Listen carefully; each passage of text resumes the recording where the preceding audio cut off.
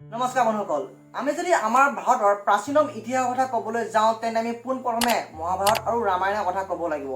আৰু আজি এই তাৰিখত আমি বহুতো প্ৰমাণো পাওঁ যে হয় সঁচাই আগতে এইবোৰ ঘটনা ভাৰতত ঘটি গৈছে বুলি। বৰ্তমান সময়ত এই প্ৰমাণবোৰৰ ভিতৰত আটাইতকৈ চৰ্চিত টপিকটো হ'ল ৰামসেতু, আৰু ইয়াৰ ওপৰত বলিউডত অলৰেডি এখন চিনেমা বনোৱাও হৈছে। ভগৱান ৰামচন্দ্ৰই সীতাক লংকা বা বৰ্তমান সময়ৰ শ্ৰীলংকাৰ পৰা আনিবলৈ এখন সাগৰৰ ওপৰত সেতু বা দলং বনাইছিল।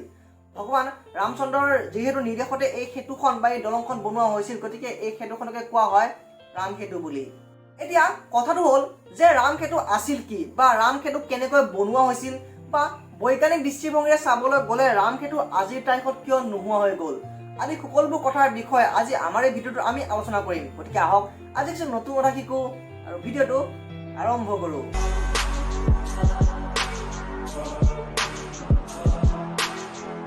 ভিডিঅ'টোৰ আৰম্ভণিতে কৈ দিওঁ যে বহুতেই ৰামসেতুখন কাল্পনিক বুলি ভাবে, কিন্তু এটা কথা মনত ৰাখিব যে ৰামায়ণৰ 22টা শ্লোক এই ৰামসেতুৰ বিষয়ে আছে, আৰু আগতে যি নেকি ধৰক বিজয়নগৰ আছিল বা যি নেকি আলবেৰুণী আদি ধৰক যিবোৰ নেকি পৰ্যটক ভাৰতলৈ আহিছিল তেওঁলোকৰ লিখনিত এই ৰামসেতুৰ বিষয়ে কিন্তু বহুতো জেগাত উল্লেখ আছে। ৰামসেতুৰ কাহিনী আৰম্ভ হয় ভগৱান ৰামৰ বনবাসৰ পৰা। ৰাম অযোধ্যাৰ ৰজা আছিল আৰু ৰাৱণ আছিল লংকাৰ ৰজা বা তেওঁ অসুৰৰ ৰজা আছিল।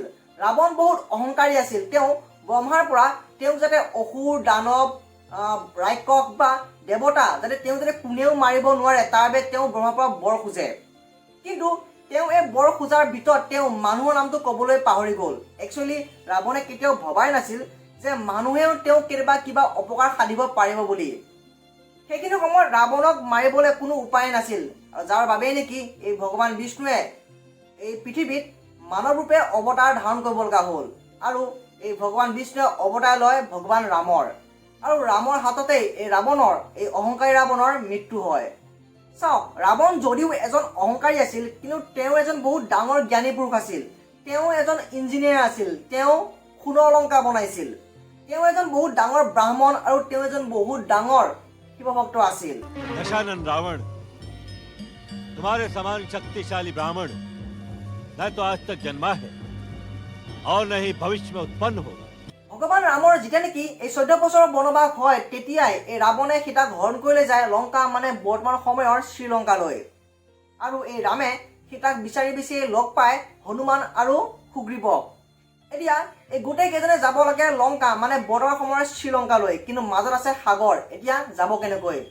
আৰু তেওঁলোকে বানৰ সৈন্যৰ সহযোগত, স্পেচিয়েলি নল আৰু নীলৰ সহযোগত তেওঁলোকে এই সাঁকোখন বা এই দলংখন বনায়, আৰু ৰামে ৰাৱণক বধ কৰি সীতাক পুনৰ ভাৰতলৈ মানে নিজৰ ৰাজ্য অযোধ্যালৈ ঘূৰাই লৈ আহে। এইটোৱে আছিল ৰামসেতুৰ কাহিনী বা ৰামায়ণৰ কাহিনী। এতিয়া বৰ্তমান কি? আমি যদি চাইণ্টিফিক ভিউ চাবলৈ যাওঁ তেনে ৰামসেতু আচলতে আছিল কি? চাওক, ৰামসেতু আৰম্ভ হৈছে ধনুষ্কুৰিৰ পৰা, আৰু এই ধনুষ্কুৰি একেবাৰে ভাৰতৰ লাষ্ট পইণ্ট হয়, আৰু এই ধনুষ্কুৰিৰ পৰা শ্ৰীলংকালৈ মাত্ৰ 48 কিলোমিটাৰহে দূৰ হয়। 1480 চনৰ আগলৈ এই ধনুষ্কুৰিৰ পৰা মানে ৰামসেতুখন সঁচাই আছিল। মানুহে ধৰক খোজকাঢ়িয়ে ভাৰতৰ পৰা শ্ৰীলংকালৈ খোজকাঢ়িয়ে ৰামসেতুখনৰ ওপৰেৰে অহা যোৱা কৰিব পাৰিছিল। এতিয়া আমি যদি বৰ্তমানৰ কথা ক'বলৈ যাওঁ তেন্তে বৰ্তমান সময়ত এই দলংখন নাই, কিন্তু আপুনি যদি ধৰক ছেটেলাইট ইমেজ চাই তেন্তে আপোনাৰ এনেকুৱা লাগিব যে হয় সঁচাই এই দলংখন এতিয়াও আছে বুলি। এতিয়া আমি আলোচনা কৰোঁ যে দলংখন কেনেকৈ বনাইছিল, এনেকুৱা কি চাইণ্টিফিক টেকনিক ইউজ কৰিছিল সেইখিনি সময়ত যাৰ বাবে নেকি এই শিলবোৰ পানীত উপঙি আছিল। আৰু যদি সঁচাই এই দলংখন বনাইছিল তেন্তে আজি এই তাৰিখত আমি দলংখন দেখা নেপাওঁ কিয়? ৰিতেশ আৰ্য়া যি নেকি এজন হাইড্ৰলজিষ্ট আৰু এজন আৰ্কিঅলজিষ্ট হয়, তেওঁ এই ৰামসেতুৰ বিষয়ে বহুত কথাই কৈছে। ফাৰ্ষ্ট অফ অল, এই জেগাখিনিত বংগোপসাগৰ আৰু ভাৰত মহাসাগৰ লগ লাগিছে। চাওক, বিল এখন পৰেগৈ নদীত আৰু নদী এখন পৰেগৈ সাগৰত, আৰু এই বিল বা নদী বৈ যাওঁতে লগত মাটি বালি শিল বা আন বহুত কিবা কিবি বস্তুৱে কঢ়িয়াই লৈ এই সাগৰত পেলাইগৈ, আৰু এই সাগৰখনে ধৰক এই বস্তুবোৰ পেলাই গৈ এখন মহাসাগৰত। যেতিয়া নেকি এই বংগোপসাগৰ আৰু এই ভাৰত মহাসাগৰ লগ লাগে, সেই লগ লগা জেগাখিনিতে এই মাটি বালিবোৰ জমা হয়, আৰু এই মাটি বালিবোৰ ইমানে ডাঠকৈ জমা হৈ গৈ যে মানুহে যদি বিচাৰে তেনে তাৰ ওপৰত খোজকাঢ়ি যাব পাৰে। আৰু ঠিক তেনেদৰে এই বংগোপসাগৰ আৰু এই ভাৰত মহাসাগৰ লগ লগা জেগাখিনিতো বালি এটা বহুত দীঘলকৈ লাইন বনে। এতিয়া এই লাইনবোৰৰ মাজে মাজে আছিল বহুত ডাঙৰ ডাঙৰ গাঁত। ভগৱান ৰামচন্দ্ৰই এই গাঁতবোৰতে ধৰক এই শিল যি নেকি শ্ৰীৰাম লিখা আছিল সেই শিল পেলাই এখন বহুত ডাঙৰকৈ সাঁকো তৈয়াৰ কৰে। কিন্তু আপোনালোকে জানে যে শিল সদায় পানীত ডুব যায়, কিন্তু সেইবিধ শিল পানীত ডুব নগ'ল কিয়? আচলতে বিশ্বত এনে এবিধ শিল আছে যিবিধ শিল নেকি পানীত ডুব নাযায়, আৰু সেই শিলবিধ হৈছে পিউমিছ। পিউমিছ নামৰ এবিধ শিল আছে যিবিধ শিল নেকি পানীত কেতিয়াও ডুব নাযায়। আচলতে সেই সাঁকোখন পিউমিছ শিলেৰে বনোৱা হৈছিল, আৰু আন কিছুমানৰ মতে এই দলংখন কোৰালৰ দ্বাৰা বনোৱা হৈছিল, যাৰ বাবে নেকি দলংখন পানীত উপঙি আছিল। এতিয়া কথাটো হ'ল যে যদি সঁচাই সেই দলংখন সেইখিনি সময়ত বনোৱা হৈছিল, তেনে আজিৰ এই তাৰিখত এই দলংখন নাই কিয়? চাওক, এই অঞ্চলটো আচলতে এটা চাইক্লন প্ৰ'ন এৰিয়া হয়, মানে এই অঞ্চলটোত সঘনাই সামুদ্ৰিক ধুমুহা আহি থাকে।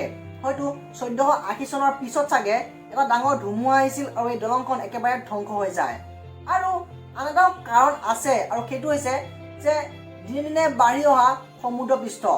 চাওক, পৰিৱেশটো ক্লাইমেট চেঞ্জ হোৱাৰ বাবে দিনে দিনে সমুদ্ৰ পৃষ্ঠ বাঢ়ি বাঢ়ি আহি আছে। হয়তো এই দলংখন এতিয়াও আছে, কিন্তু এই সমুদ্ৰ পৃষ্ঠ বাঢ়ি অহাৰ বাবেই ই বৰ্তমান চাগে সমুদ্ৰ পৃষ্ঠৰ তলতে আছে বা সমুদ্ৰ গৰ্ভত আছেগৈ। এতিয়া এইখিনিয়ে আছিল ৰামসেতুৰ বিষয়ে গুৰুত্বপূৰ্ণ কথা। আশা কৰিছোঁ আজিৰ এই ভিডিঅ'টোৰ পৰা আপোনালোকে কিছু অলপ নতুন কথা হ'লেও শিকিব পাৰিলে। যদি ভিডিঅ'টো চাই ভাল পালে তেনে ভিডিঅ'টো লাইক, কমেণ্ট, শ্বেয়াৰ আৰু চেনেলটো ছাবস্ক্ৰাইব কৰি দিব নাপাহৰিব। পৰৱৰ্তী ভিডিঅ'টো লগ পোৱাৰ কাৰণে ধন্যবাদ। জয় অসম।